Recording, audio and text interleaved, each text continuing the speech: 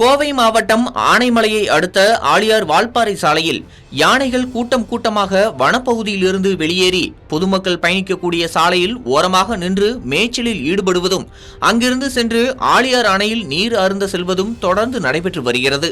இந்த நிலையில் ஆழியார் வால்பாறை சாலை ஓரத்தில் நின்று கொண்டிருந்த யானை அருகே ஒருவர் யானையை மிரட்டுவது போல அருகே சென்று மிரட்டுவதும், அதை பார்த்த யானை அவரை தாக்க வருவதும், அதை பார்த்த மற்றவர்கள் அவரை அங்கிருந்து அழைத்து செல்வதுமாக இருக்கும் வீடியோ தற்பொழுது சமூக வலைதளங்களில் வைரலாகி வருகிறது.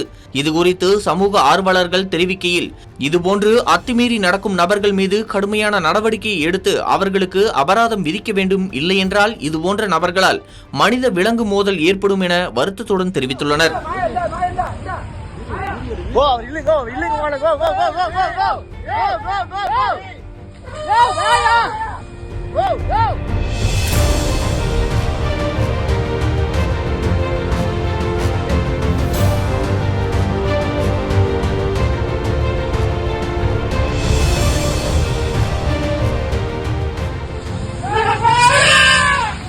பட்